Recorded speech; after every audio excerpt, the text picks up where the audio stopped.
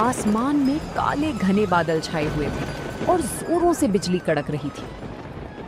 क्या बात है जी, आज फिर इतना गुस्सा क्यों?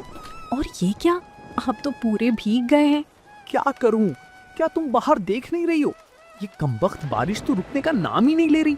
सोचा था आज देर रात तक अपना ठेला लगाऊंगा, गर्मा गर्म चिकन पकौड़े बेचूंगा, लेकिन इस बारिश की वजह से एक भी ग्राहक ठेले के पास आने को तैयार नहीं था। सारा सामान खराब हो गया, तेल, बेसन, चिकन सब बर्बाद। ये बारिश तो हमारे जैसे गरीबों के लिए किसी आफत से कम नहीं। अरे अरे, इतना परेशान क्यों हो रहे हैं? बैठिए, पहले ये गरम चाय पीजिए। मुझे तो लगता है कि लोगों को बारिश में ही चिकन पकौड़े खाना ज्यादा पसंद होता है। उसकी गर्माहट और खास खुशबू उन्हें अपनी तरफ खींच लाती है। लेकिन हम गरीब हैं, अपने ठेले को बारिश से बचाने का कोई पक्का इंतजाम नहीं कर सकते, तो इसमें बारिश की क्या गलती? ये तो हमारी मजबूरी है। तुम्हारी बात भी सही है, लेकिन ये भी तो देखो, अब हर कोई तो अपने घर से छतरी लेकर पकौड़े खाने के लिए तो बाहर नहीं निकलता ना। और जो निकलता भी है वो जल्दी से जल्दी घर पहुंचने की सोचता है। और जब बारिश रुकने का नाम ही न ले, तब तो ग्राहक का इंतजार करना और भी मुश्किल हो जाता है। अब तुम क्या चाहती हो? एक मामूली सा चिकन पकौड़े बेचने वाला अपने 2-4 ग्राहकों के लिए कोई बड़ा सा होटल खोल दे? क्या ये संभव है? लगता है बाहर का तापमान जितना भी ठंडा हो और बाहर पानी बह रहा हो, लेकिन आपके दिमाग में गुस्से की आग लगी हुई है। कोई बात नहीं, हम इस बारे में बाद में बात करेंगे। आप जल्दी से कपड़े बदल लीजिए, वरना आपको जुकाम हो जाएगा। मैं आपके लिए गर्मा गर्म खाना लगा देती हूँ। गर्म खाना खाकर और अच्छी नींद लेकर शायद आपका मन भी शांत हो जाए। अजय मीना की बात मान लेता है। वो सिर हिलाता है और अपने भीगे कपड़े बदलने चला जाता है। अगले दिन सुबह बारिश थोड़ी थम जाती है, लेकिन आसमान में अभी भी घने बादल छाए हुए थे। अजय नहाकर तैयार हो जाता है और अपना ठेला सजाता है। तभी वहाँ मीना आती है और कहती है, सुनिए, आज पकौड़े ज्यादा मत बनाना, अभी भी मौसम ठीक नहीं लग रहा। थोड़ा थोड़ा ही बनाना, जैसे जैसे ग्राहक आए। और हाँ, अगर ज्यादा बारिश हो तो जल्दी वापस आ जाना। तुम चिंता मत करो मीना, आज शायद बारिश ना आए। कल रात मैंने बहुत सोचा और कुछ उपाय मेरे दिमाग में आए हैं। देखता हूँ क्या हो सकता है। जैसे ही अजय अपना ठेला लेकर घर से बाहर निकलता है, तभी जोर से बादल गरजते हैं। अजय ऊपर आसमान की तरफ देखता है और गहरी सांस लेता है। लगता है आज तो सोनपुर गांव में बाढ़ आकर ही रहेगी। ये बादल गरज गरज कर डरा रहे हैं। हम ठेले वालों के साथ साथ किसानों का भी कितना नुकसान होता है इस बारिश की वजह से। फसल खराब हो जाती है और जानवरों को भी कितनी दिक्कत आती है। अगर यही हाल रहा तो हम अपने घर की किश्ती कैसे भरेंगे? हालांकि अभी तक बारिश शुरू नहीं हुई थी, सिर्फ बादल गरजे जा रहे थे। अजय अपना ठेला गांव के बाजार में अपनी पुरानी जगह पर लगाता है। वो जल्दी से अपना चूल्हा जलाता है, तेल गरम करता है और चिकन की टुकड़ों को मसालेदार घोल में लपेटकर कढ़ाई में डालना शुरू कर देता है। थोड़ी ही देर में उसके गरमा गर्म चिकन पकौड़ों की मनमोहक खुशबू चारों तरफ फैल जाती है। हवा में पकौड़ों की महक तैरने लगती है।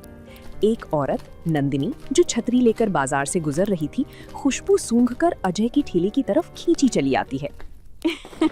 अरे वाह अजय भाई, कल भी मैं छतरी लेकर आपके चिकन पकौड़े खाने के लिए आई थी, लेकिन आप तो अपना ठेला लेकर घर ही चले गए थे। मैं इतनी दूर से आई थी, पर पकौड़े खाए बिना ही वापस जाना पड़ा। क्या करूं बहन जी, बारिश की वजह से सारा सामान बर्बाद हो जाता है। 2-4 ग्राहक आते हैं पकौड़े खाने के लिए और उससे ज्यादा तो मेरा नुकसान हो जाता है। हाँ, मैं समझ सकती हूँ आपकी मुश्किल, पर आपकी पकौड़े ऐसे हैं कि बारिश में खाने का मन और ज्यादा करता है। चलो भैया, इससे पहले कि दोबारा बारिश आ जाए, आप मेरे लिए 1 प्लेट चिकन पकौड़े लगा दो। और हाँ, मिर्ची थोड़ी तेज रखना। अजय मुस्कुराता है। वो झटपट एक प्लेट में गर्मा गर्म सुनहरी चिकन पकौड़े निकालता है और उस पर थोड़ा सा चाट मसाला छिड़कता है और साथ में पुदीने की चटनी और तीखी लाल चटनी परोस देता है। नंदिनी पकौड़ों का पहला निवाला खाती है और उसकी आंखें चमक उठती हैं। अरे मैं वारी जाऊं ऐसे पकौड़ों पर, क्या बढ़िया स्वाद है इन पकौड़ों का। मन कर रहा है बस खाती जाऊं। इतनी खुशबूदार और कुरकुरे पकौड़े तो पूरे सोनपुर में कहीं नहीं मिलते। अजय भाई, आपके हाथों में जादू है। नंदिनी ने इतना कहा ही था कि तभी अचानक तेज बारिश आ जाती है। नंदिनी अपनी छतरी खोलती है, लेकिन बारिश इतनी तेज थी कि वो पूरी तरह बच नहीं पाती। लगता है मेरी सास ने ऊपर बैठे हुए भी मेरी खुशियों पर नजर लगा दी और मेरी खुशियां देखकर रोने लगी हूँ। ये बारिश भी देखो मेरे पकौड़े खाने के ठीक बीच में आ गई। अजय को इतनी चिंता में भी उसकी बात सुनकर हंसी आ जाती है। नंदिनी अपनी छतरी संभाले हुए और पकौड़े खाती हुई ही 30-30 कदमों से अपने घर की तरफ भाग जाती है। अजय उदास होकर आसमान की तरफ देखता है। हे भगवान, कोई तो रास्ता निकालिए, अपने इस भक्त को इस मुसीबत से पार करवाइए। बारिश के समय हम ठेले वालों का बुरा हाल हो रहा है। तभी कुछ ही दूरी पर छोले भटूरे का ठेला लगाने वाला रवि उसके पास आता है, जो खुद भी बारिश से परेशान दिख रहा था। रवि और अजय अच्छे दोस्त थे। तभी रवि कहता है, बिल्कुल ठीक कहा है तुमने अजय, ऐसे गुजारा नहीं चल पा रहा। बरसात है कि रुकने का नाम ही नहीं ले रही। हर साल यही होता है, हमारा सारा धंधा चौपट हो जाता है। अब हमें अपना ठेला किसी ऐसी जगह लगाना होगा जहां पर खड़े होकर ग्राहक आराम से खाना भी खा सके और उन्हें किसी तरह की परेशानी भी ना हो, ना बारिश की और ना धूप की। हाँ, ये तो सोचना पड़ेगा, पर ऐसी जगह मिलेगी कहाँ? बाजार में तो कहीं ऐसी जगह नहीं है। अगर होती तो कब की किसी बड़े दुकानदार ने किराए पर ले ली होती। यही तो मुश्किल है मेरे दोस्त, अब ऐसे में क्या करें?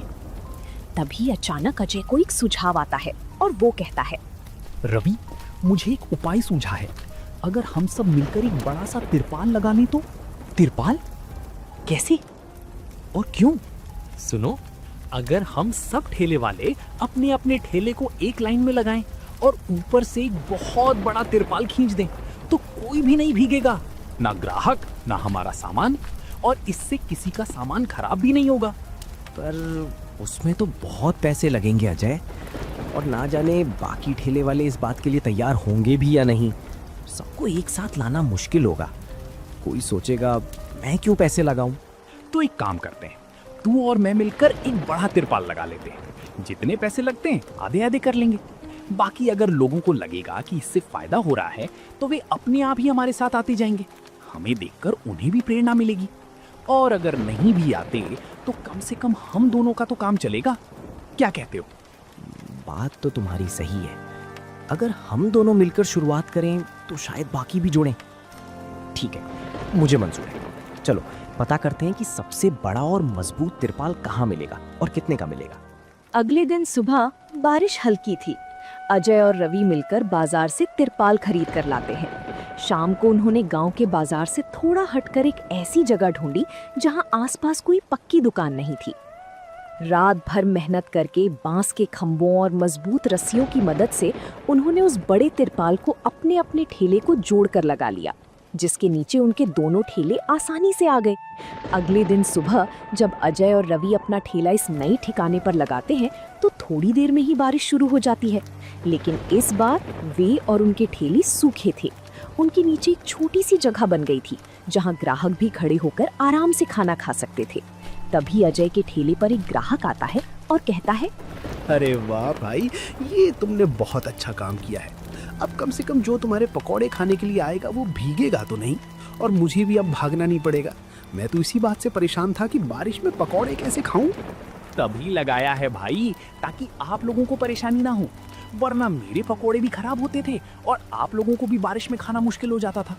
अब आप आराम से पकोड़े का मजा ले सकते हैं। ग्राहक मुस्कुराता है और आराम से पकौड़े खाता है, धीरे धीरे। जब बाकी के ठेले वाले देखते हैं कि अजय और रवि का काम लगातार चल रहा है और उनके पास ग्राहक भी आ रहे हैं, तो वे परेशान होने लगते हैं। उनके ठेले पर बारिश की वजह से सन्नाटा पसरा हुआ था, जबकि अजय और रवि के पास चहल पहल थी। कुछ दिनों तक यही सिलसिला चलता रहा। तभी एक दिन आसमान में अचानक काले बादल छा गए।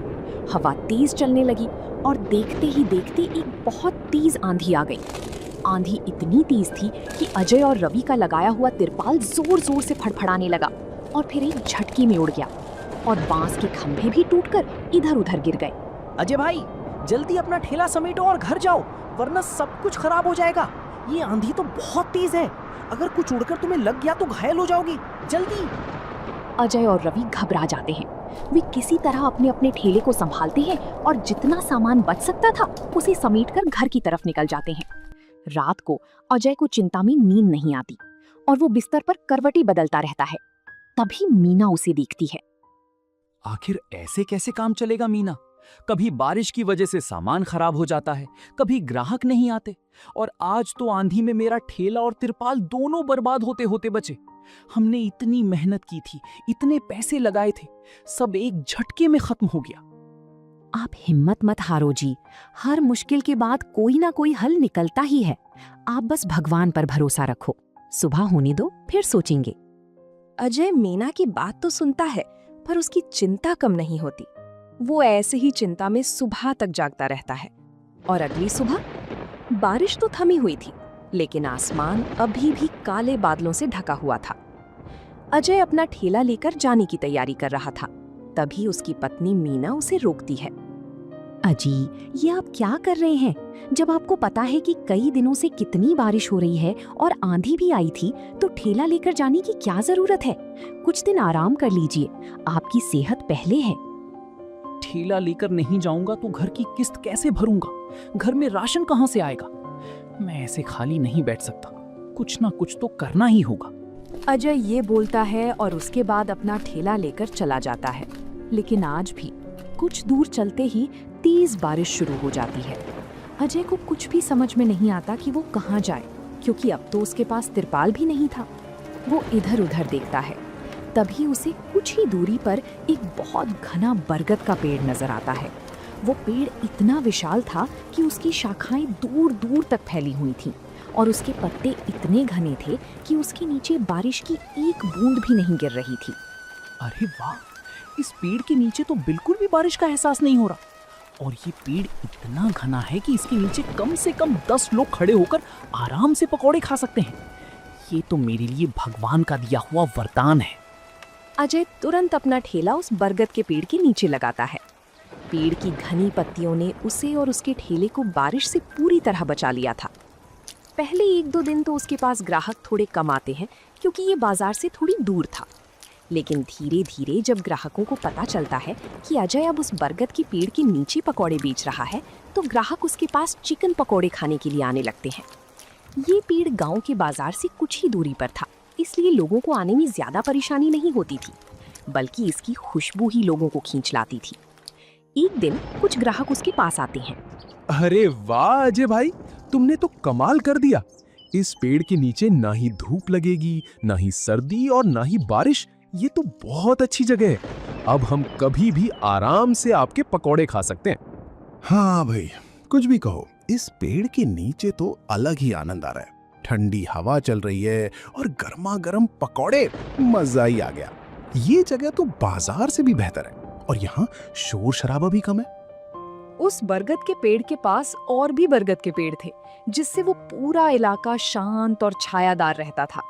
धीरे धीरे रवि और बाकी ठेले वालों को भी उस जगह के बारे में पता चलता है और वे देखते हैं कि अजय का काम वहाँ बहुत अच्छा चल रहा है। तभी रवि एक दिन अपना ठेला लेकर अजय के पास आता है और उसके पास ही अपना ठेला लगा लेता है। कुछ और ठेले वाले भी जो बारिश से परेशान थे, धीरे धीरे वहीं आकर अपना ठेला लगाने लगते हैं और वो जगह एक छोटी सी बाजार में बदल जाती है। तुम्हें पता है अजय भाई, अब तो गांव के बाजार की जगह ही बदल गई है। हर कोई गांव के बाजार के नाम पर इसी जगह आता है। तुमने तो कमाल कर दिया। तुम्हारी वजह से हम सबका भी फायदा हो रहा है। सच बोलूं तो मैं मतलबी था। मैंने तो सिर्फ अपने बारे में सोचा और यहाँ ठेला लगाने लगा। लेकिन मुझे इस बात से कोई एतराज नहीं कि अगर आप सब लोग भी यहीं ठेला लगाएं। बल्कि हो सकता है कि कोई रवि भाई तुम्हारे छोले भटूरे खाने आए और मेरे पकौड़ों की खुशबू से अपनी तरफ खींच ले, या कोई मेरे पकौड़े खाने आए और तुम्हारे छोले भटूरे या किसी और के गोलगप्पे भी खा ले। इसमें तो हम सबका फायदा है। बात तो सही है, लेकिन हमें कोई ना कोई इंतजाम तो करना होगा। यहाँ पर लोग आ तो रहे हैं, लेकिन गंदगी ज्यादा कर रहे हैं। वहाँ पक्की सड़क थी तो लोग कूड़ा नहीं फेंकते थे, पर यहाँ तो लोग पेड़ के नीचे और आसपास बहुत कूड़ा फेंक रहे हैं। ये तो गलत है, इससे पेड़ पौधों को नुकसान होगा। हाँ, तुम ठीक कह रहे हो। ये एक बड़ी समस्या है। हमें मिलकर इस पर कोई हल निकालना होगा। तभी वहाँ पर गांव के सरपंच जी आते हैं, जो अपने खेत देखकर वापस लौट रहे थे। उन्होंने देखा कि कितनी सारी ठेले एक जगह जमा हो गए हैं और वहाँ चहल पहल बढ़ गई है। अजय, रवि, क्या हाल है तुम सबका? मैंने देखा तुम सबने यहाँ एक नया बाजार ही बना दिया है और तुम्हारा काम भी खूब चल रहा है। ये देखकर बहुत खुशी हुई। नमस्ते सरपंच जी, आपकी दुआ है। हमें तो बस बारिश की वजह से मजबूरन यहाँ आना पड़ा। हाँ, मैं समझ सकता हूँ, लेकिन अब जब ये जगह इतनी लोकप्रिय हो गई है तो हमें इसकी व्यवस्था भी ठीक करनी होगी। अजय, तुम्हें इस बात की बिल्कुल भी चिंता करने की जरूरत नहीं है जो तुम गंदगी की बात कर रहे हो। तुम दोनों ही बेफिक्र हो जाओ। अजय और रवि हैरानी से सरपंच जी की तरफ देखते हैं। तभी सरपंच जी कहते हैं, मैंने इस बात का भी इंतजाम कर दिया है। इस जगह की निगरानी मैं खुद करूंगा। मैं यहाँ अपने कुछ आदमी लगाऊंगा जो नियमित रूप से सफाई करेंगे ताकि कोई भी यहाँ गंदगी ना करे। यहाँ पेड़ पौधे हैं, उनको नुकसान ना पहुंचाए। और मैं यहाँ कुछ बेंच भी लगवाऊंगा ताकि जो भी यहाँ पर कुछ भी खाने आए वो बेंच पर बैठकर आराम से खा सके। और साथ ही पीने के पानी का भी इंतजाम करवाऊंगा। ये जगह अब हमारे गांव की एक नई पहचान बनेगी। सरपंच जी, ये तो आपने बहुत बढ़िया बात की है। अगर आप एक बार सख्ती से सभी गांव वालों को कूड़ा न फैलाने को कह देंगे तो वे खुद ही गंदगी नहीं करेंगे, क्योंकि वे आपका सम्मान करते हैं। और बेंच और पानी की व्यवस्था तो सोने पर सुहागा है।